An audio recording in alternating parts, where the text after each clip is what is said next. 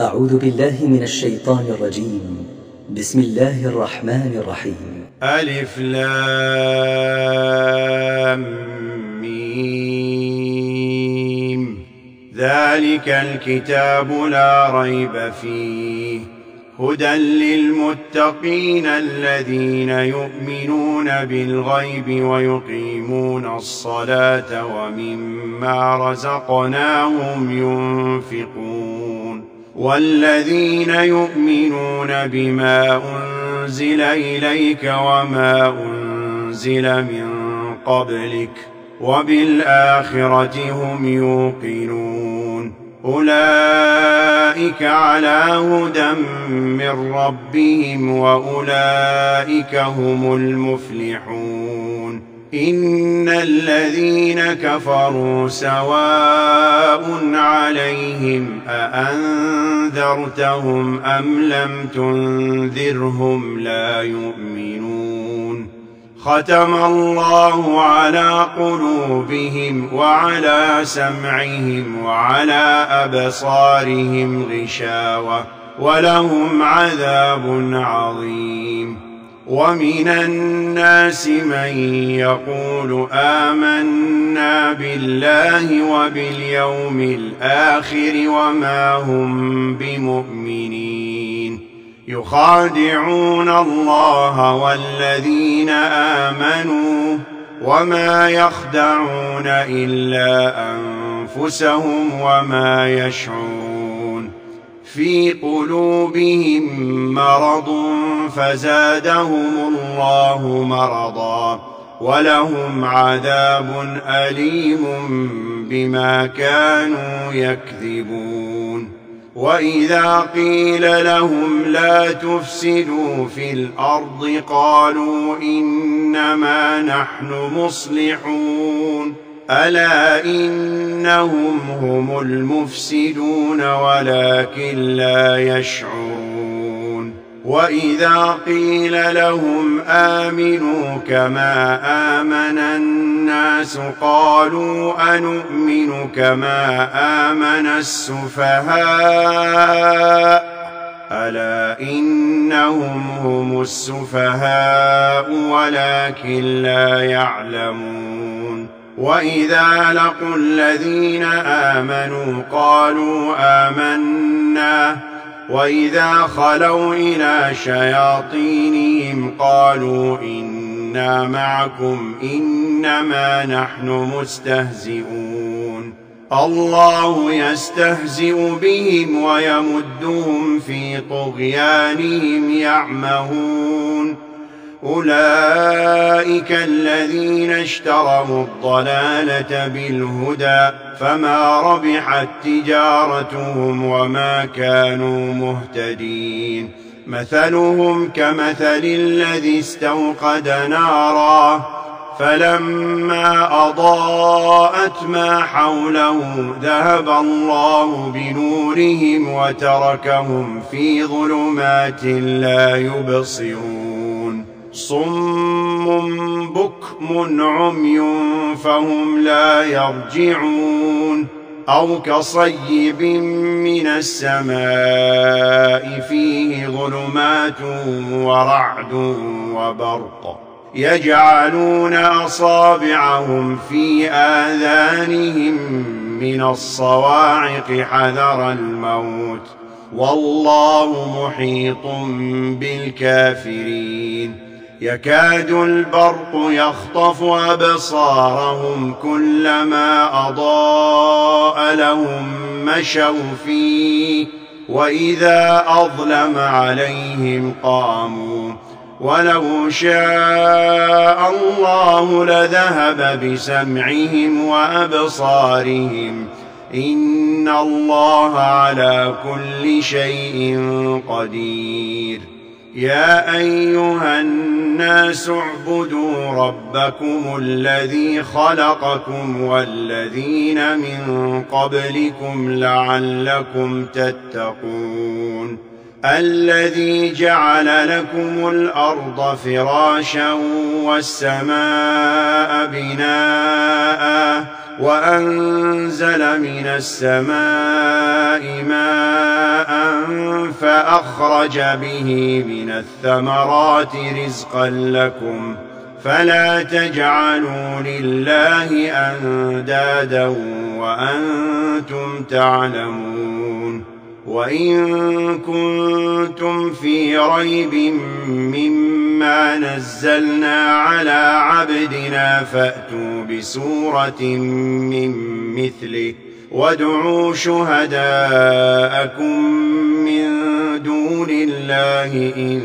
كنتم صادقين. فإن لم تفعلوا ولن تفعلوا فاتقوا النار التي وقودها الناس والحجارة أعدت للكافرين. وبشر الذين آمنوا وعملوا الصالحات أن لهم جنات تجري من تحتها الأنهار كلما رزقوا منها من ثمرة رزقا قالوا هذا الذي رزقنا من قبل وأتوا به متشابها ولهم فيها أزواج مطهرة وهم فيها خالدون. إن الله لا يستحيي أن يضرب مثلا ما بعوضة فما فوقها فأما الذين آمنوا فيعلمون أنه الحق من ربهم وأما الذين كفروا فيقولون ماذا أراد الله بهذا مثلا يضل به كثيرا ويهدي به كثيرا وما يضل به إلا الفاسقين الذين ينقضون عهد الله من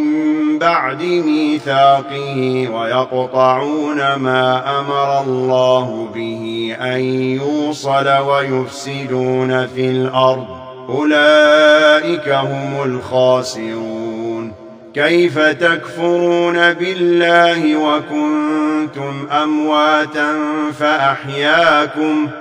ثم يميتكم ثم يحييكم ثم إليه ترجعون. هو الذي خلق لكم ما في الأرض جميعا ثم استوى إلى السماء فسواهن 7 سماوات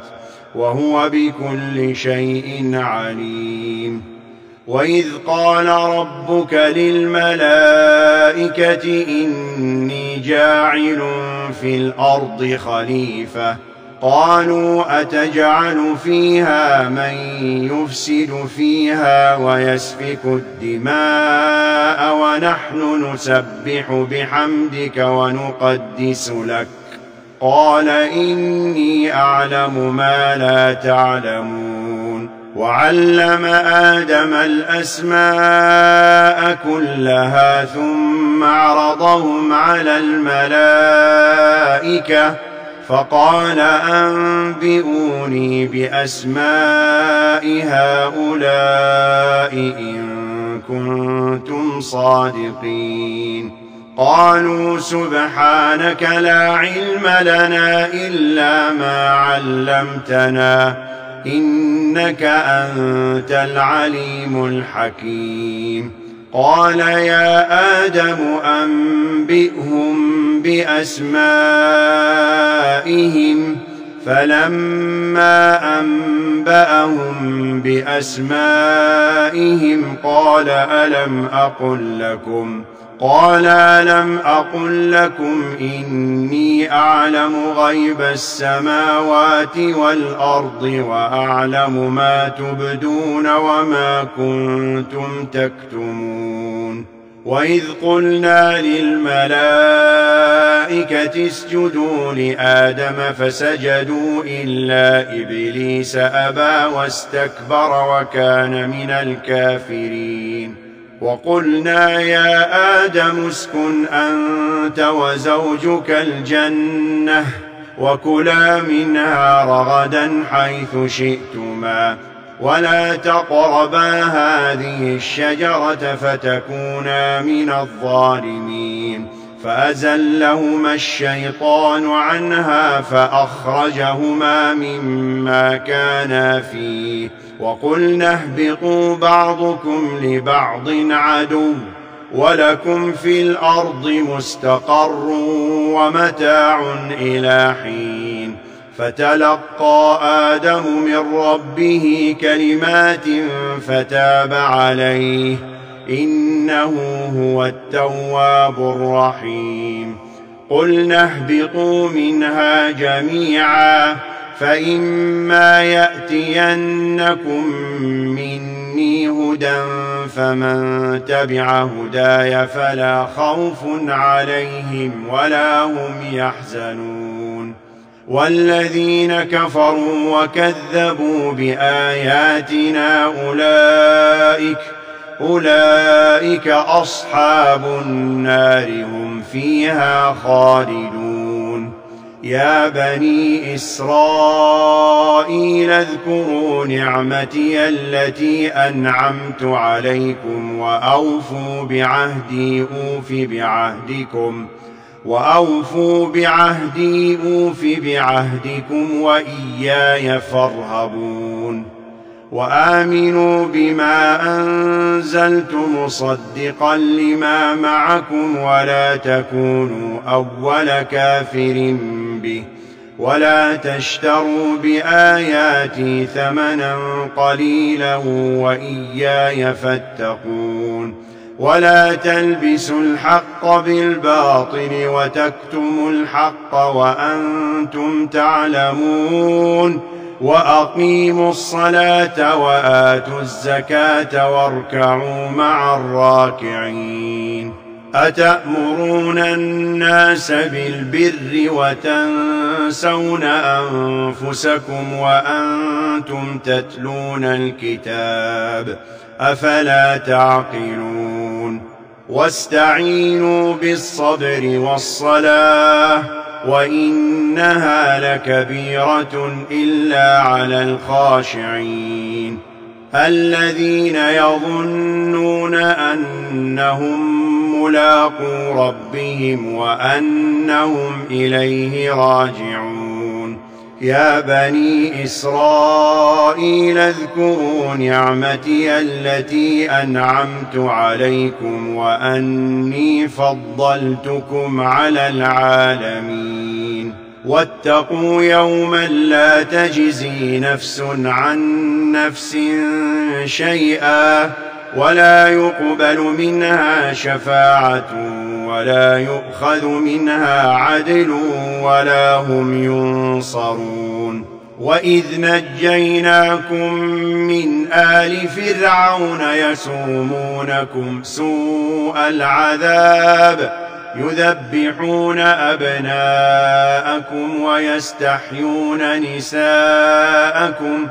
وفي ذلكم بلاء من ربكم عظيم وإذ فرقنا بكم البحر فأنجيناكم وأغرقنا آل فرعون وأنتم تنظرون وإذ واعدنا موسى 40 ليلة ثم اتخذتم العجل من بعده وأنتم ظالمون ثم عفونا عنكم من بعد ذلك لعلكم تشكرون وإذ آتينا موسى الكتاب والفرقان لعلكم تهتدون وإذ قال موسى لقومه يا قوم إنكم ظلمتم أنفسكم باتخاذكم العجل فتوبوا إلى بارئكم فاقتلوا أنفسكم ذلكم خير لكم عند بارئكم فتاب عليكم إنه هو التواب الرحيم. وإذ قلتم يا موسى لن نؤمن لك حتى نرى الله جهرة فأخذتكم الصاعقة وأنتم تنظرون ثم بعثناكم من بعد موتكم لعلكم تشكرون وظللنا عليكم الغمام وأنزلنا عليكم المن والسلوى كلوا من طيبات ما رزقناكم وما ظلمونا ولكن كانوا أنفسهم يظلمون. وإذ قلنا ادخلوا هذه القرية فكلوا منها حيث شئتم رغدا وادخلوا الباب سجدا وقولوا حطة نغفر لكم خطاياكم وسنزيد المحسنين. فبدل الذين ظلموا قولا غير الذي قيل لهم فأنزلنا على الذين ظلموا رجزا من السماء بما كانوا يفسقون. وإذ استسقى موسى لقومه فقلنا اضرب بعصاك الحجر فانفجرت منه 12 عينا قد علم كل أناس مشربهم كلوا واشربوا من رزق الله ولا تعثوا في الأرض مفسدين. وإذ قلتم يا موسى لن نصبر على طعام واحد فادع لنا ربك يخرج لنا مما تنبت الأرض من بقلها وقثائها وفومها وعدسها وبصلها قال أتستبدلون الذي هو أدنى بالذي هو خير اهبطوا مصرا فإن لكم ما سألتم وضربت عليهم الذلة والمسكنة وباءوا بغضب من الله ذلك بأنهم كانوا يكفرون بآيات الله ويقتلون النبيين بغير الحق ذلك بما عصوا وكانوا يعتدون. إن الذين آمنوا والذين هادوا والنصارى والصابئين من آمن بالله واليوم الآخر وعمل صالحا فلهم أجرهم عند ربهم ولا خوف عليهم ولا هم يحزنون. وإذ أخذنا ميثاقكم ورفعنا فوقكم الطور خذوا ما آتيناكم بقوة واذكروا ما فيه لعلكم تتقون. ثم توليتم من بعد ذلك فلولا فضل الله عليكم ورحمته لكنتم من الخاسرين. ولقد علمتم الذين اعتدوا منكم في السبت فقلنا لهم كونوا قردة خاسئين فجعلناها نكالا لما بين يديها وما خلفها وموعظة للمتقين. وإذ قال موسى لقومه إن الله يأمركم أن تذبحوا بقرة قالوا أتتخذنا هزوا قال أعوذ بالله أن أكون من الجاهلين. قالوا ادع لنا ربك يبين لنا ما هي قال إنه يقول إنها بقرة لا فارض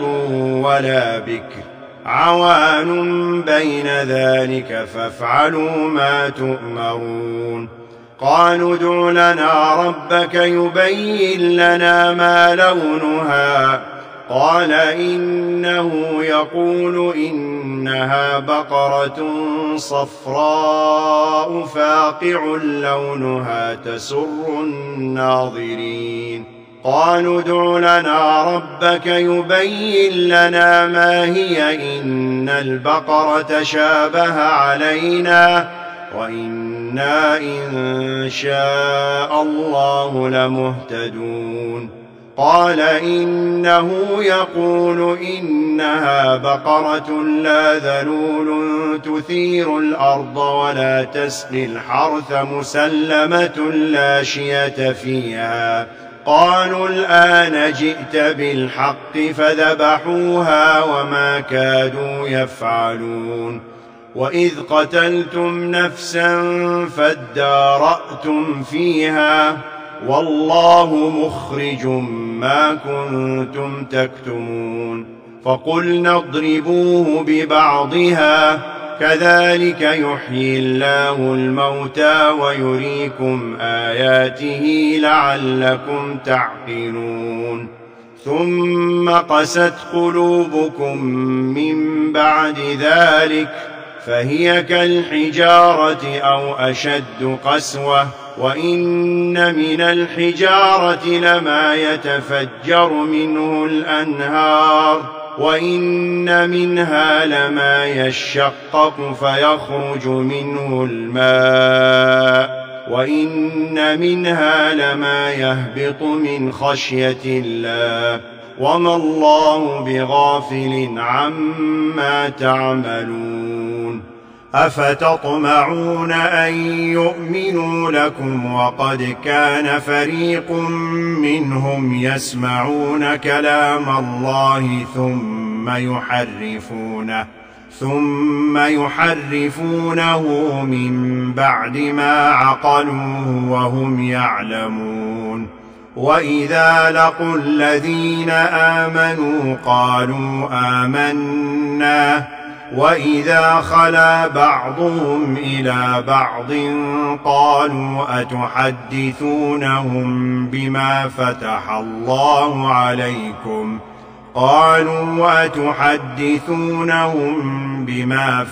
الله عليكم ليحاجوكم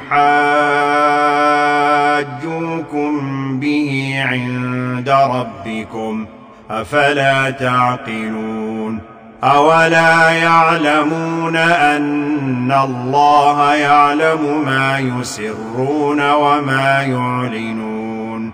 ومنهم أميون لا يعلمون الكتاب إلا أماني وإن هم إلا يظنون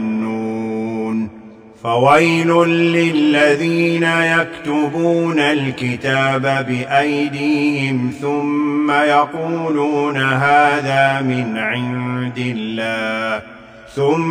يقولون هذا من عند الله ليشتروا به ثمنا قليلا فويل لهم مما كتبت أيديهم وويل لهم مما يكسبون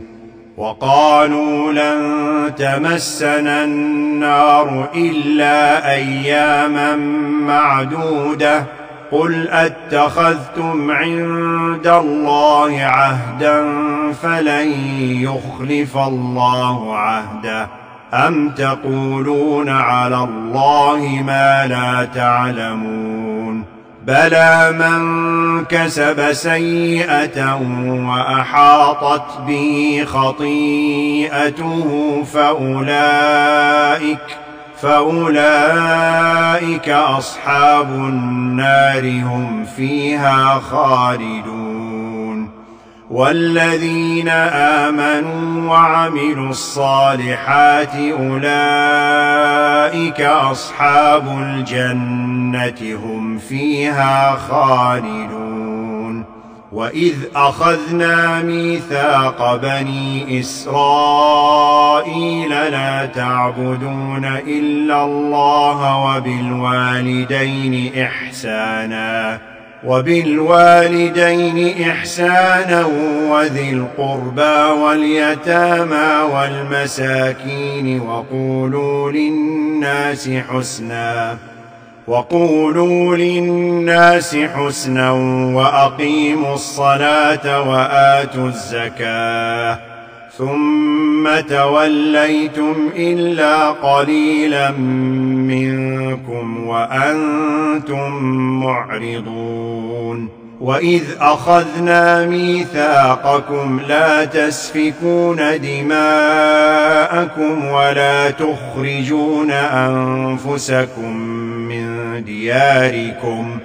ثم أقررتم وأنتم تشهدون ثم أنتم هؤلاء تقتلون أنفسكم وتخرجون فريقا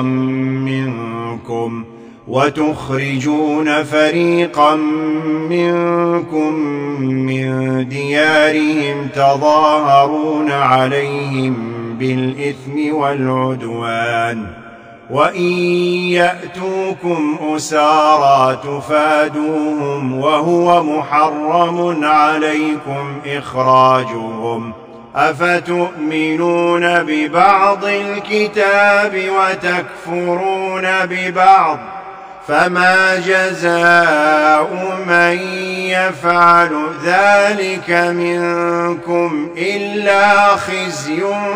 في الحياة الدنيا ويوم القيامة يردون إلى أشد العذاب وما الله بغافل عما تعملون أولئك الذين اشتروا الحياة الدنيا بالآخرة فلا يخفف عنهم العذاب ولا هم ينصرون ولقد آتينا موسى الكتاب وقفينا من بعده بالرسل وآتينا عيسى ابن مريم البينات وأيدناه بروح القدس أفكلما جاءكم رسول بما لا تهوى أنفسكم استكبرتم ففريقا كذبتم وفريقا تقتلون وقالوا قلوبنا غلف بل لعنهم الله بكفرهم فقليلا ما يؤمنون ولما جاءهم كتاب من عند الله مصدق لما معهم وكانوا من قبل يستفتحون على الذين كفروا فلما جاءهم ما عرفوا كفروا به فلعنة الله على الكافرين بئس ما اشتروا به أنفسهم أن يكفروا بما أنزل الله بغيا أن ينزل الله من فضله على من يشاء من عباده فباءوا بغضب على غضب وللكافرين عذاب مهين وإذا قيل لهم آمنوا بما أنزل الله قالوا نؤمن بما أنزل علينا ويكفرون بما وراءه ويكفرون بما وراءه وهو الحق مصدقا لما معهم. قل فلم تقتلون أنبياء الله من قبل إن كنتم مؤمنين؟ ولقد جاءكم موسى بالبينات ثم اتخذتم العجل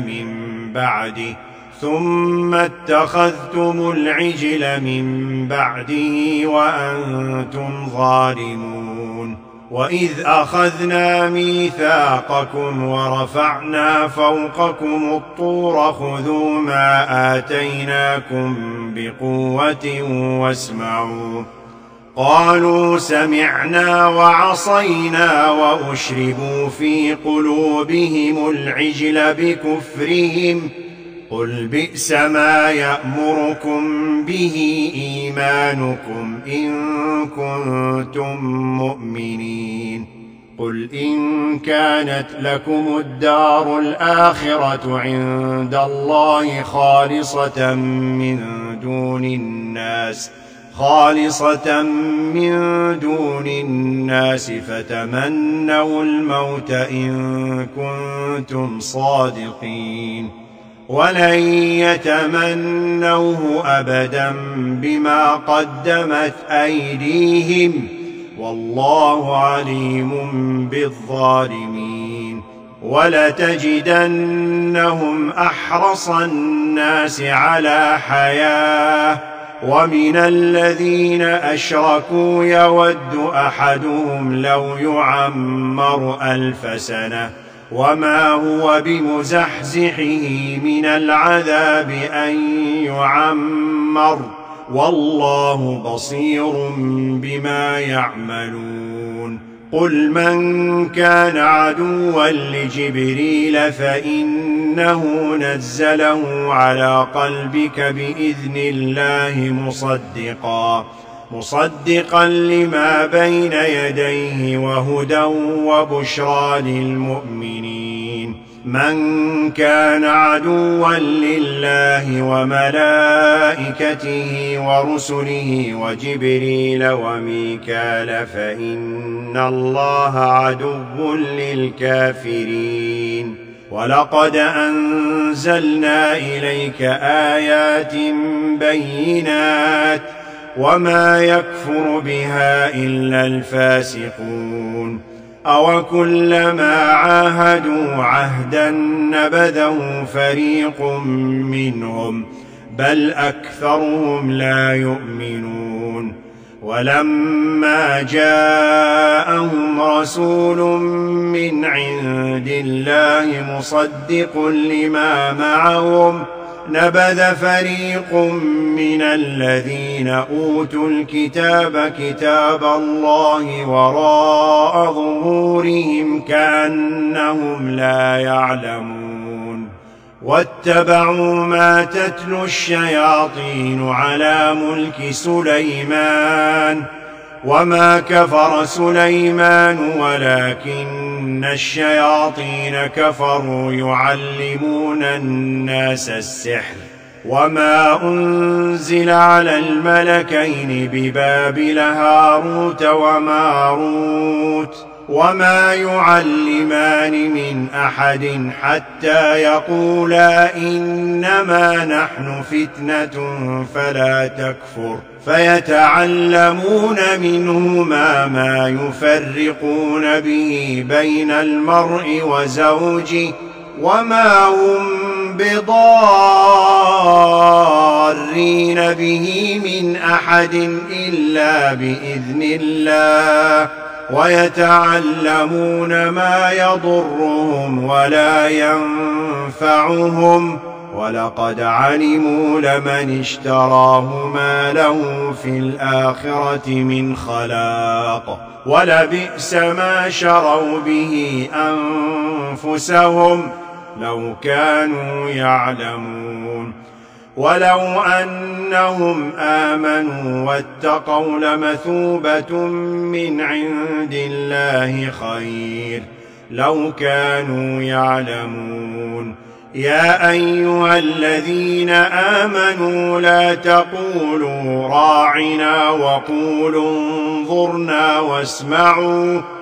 وللكافرين عذاب أليم. ما يود الذين كفروا من أهل الكتاب ولا المشركين أن ينزل عليكم من خير من ربكم، والله يختص برحمته من يشاء، والله ذو الفضل العظيم. ما ننسخ من آية أو ننسها نأت بخير منها أو مثلها. ألم تعلم أن الله على كل شيء قدير؟ ألم تعلم أن الله له ملك السماوات والأرض وما لكم من دون الله من ولي ولا نصير؟ أم تريدون أن تسألوا رسولكم كما سئل موسى من قبل؟ ومن يتبدل الكفر بالإيمان فقد ضل سواء السبيل. ود كثير من أهل الكتاب لو يردونكم من بعد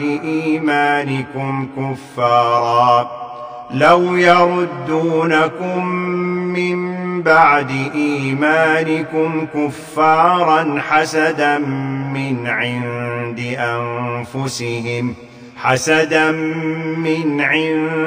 أنفسهم من بعد ما تبين لهم الحق،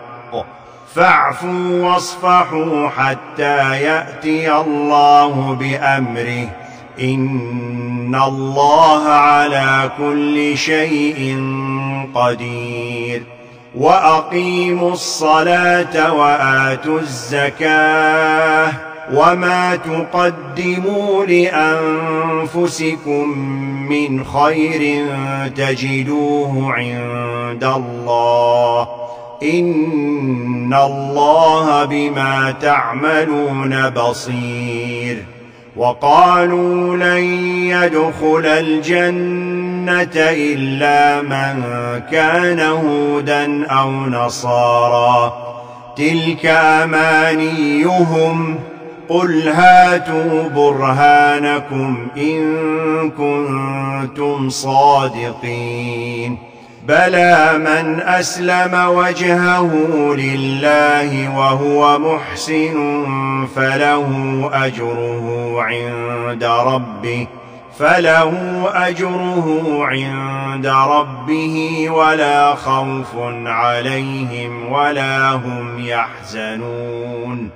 وقالت اليهود ليست النصارى على شيء، وقالت النصارى ليست اليهود على شيء وهم يتلون الكتاب، كذلك قال الذين لا يعلمون مثل قولهم، فالله يحكم بينهم يوم القيامة فيما كانوا فيه يختلفون. ومن أظلم ممن منع مساجد الله أن يذكر فيها اسمه وسعى في خرابها، أولئك ما كان لهم أن يدخلوها إلا خائفين، لهم في الدنيا خزي ولهم في الآخرة عذاب عظيم.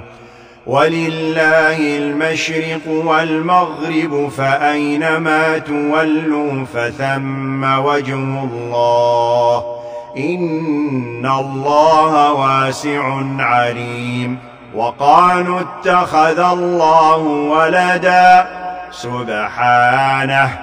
بل له ما في السماوات والأرض كل له قانتون بديع السماوات والأرض وإذا قضى أمرا فإنما يقول له كن فيكون وقال الذين لا يعلمون لولا يكلمنا الله أو تأتينا آية كذلك قال الذين من قبلهم مثل قولهم تشابهت قلوبهم قد بينا الآيات لقوم يوقنون إنا أرسلناك بالحق بشيرا ونذيرا ولا تسأل عن أصحاب الجحيم ولن ترضى عنك اليهود ولا النصارى حتى تتبع ملتهم قل إن هدى الله هو الهدى ولئن اتبعت أهواءهم بعد الذي جاءك من العلم ما لك من الله من ولي ولا نصير الذين آتيناهم الكتاب يتلونه حق تلاوته أولئك يؤمنون به ومن يكفر به فأولئك هم الخاسرون يا بني إسرائيل اذكروا نعمتي التي أنعمت عليكم وأني فضلتكم على العالمين واتقوا يوما لا تجزي نفس عن نفس شيئا ولا يقبل منها عدل ولا تنفعها شفاعة ولا هم ينصرون وإذ ابتلى إبراهيم ربه بكلمات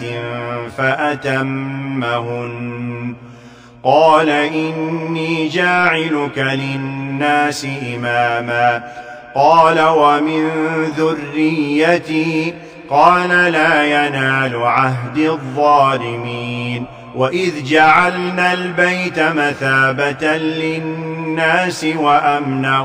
واتخذوا من مقام إبراهيم مصلى وعهدنا إلى إبراهيم وإسماعيل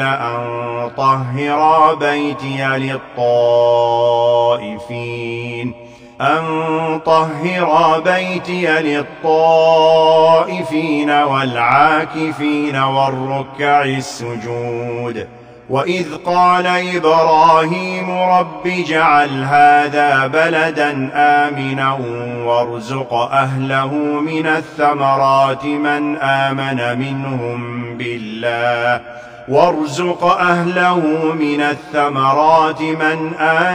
منهم بالله واليوم الآخر قال ومن كفر فأمتعه قليلا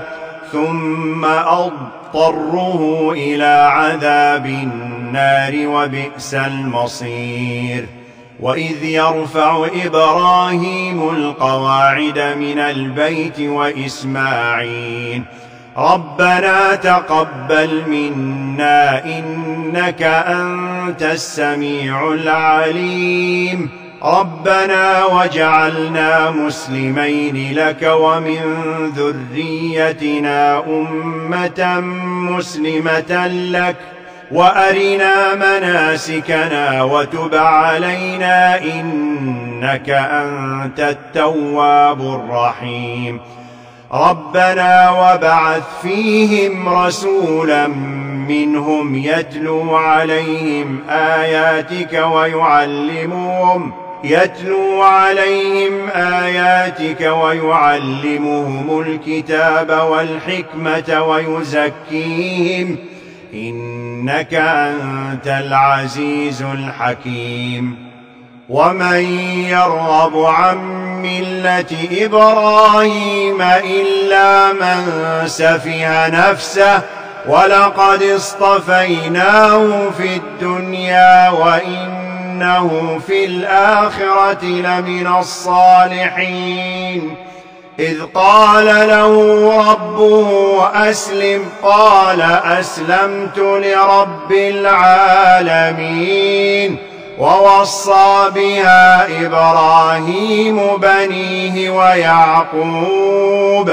يا بني إن الله اصطفى لكم الدين فلا تموتن إلا وأنتم مسلمون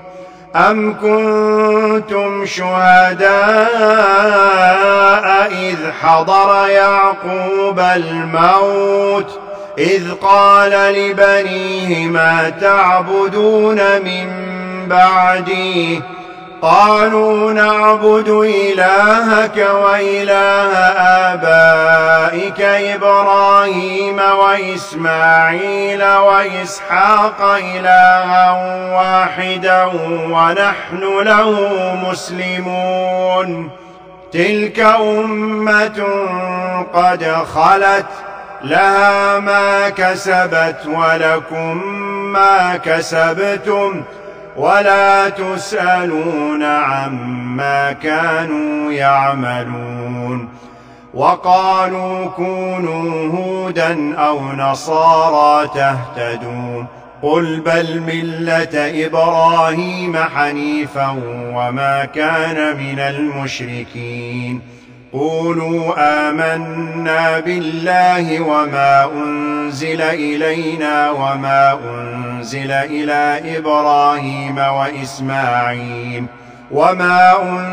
إلى إبراهيم وإسماعيل وإسحاق ويعقوب والأسباط وما أوتي موسى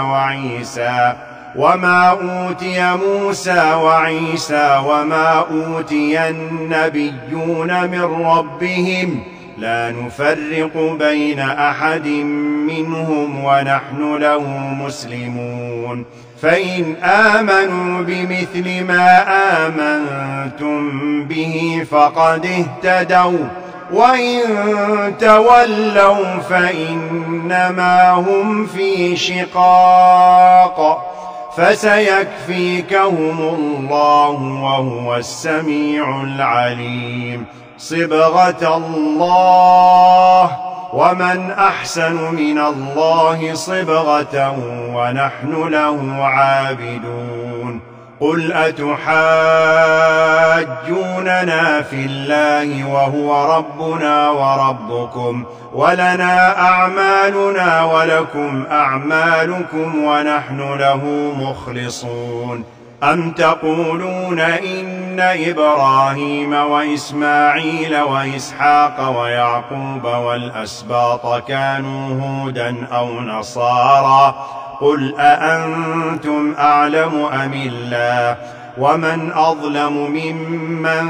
كتم شهادة عنده من الله وما الله بغافل عما تعملون تلك أمة قد خلت لها ما كسبت ولكم ما كسبتم ولا تسألون عما كانوا يعملون سيقول السفهاء من الناس ما ولاهم عن قبلتهم التي كانوا عليها قل لله المشرق والمغرب يهدي من يشاء إلى صراط مستقيم وكذلك جعلناكم أمة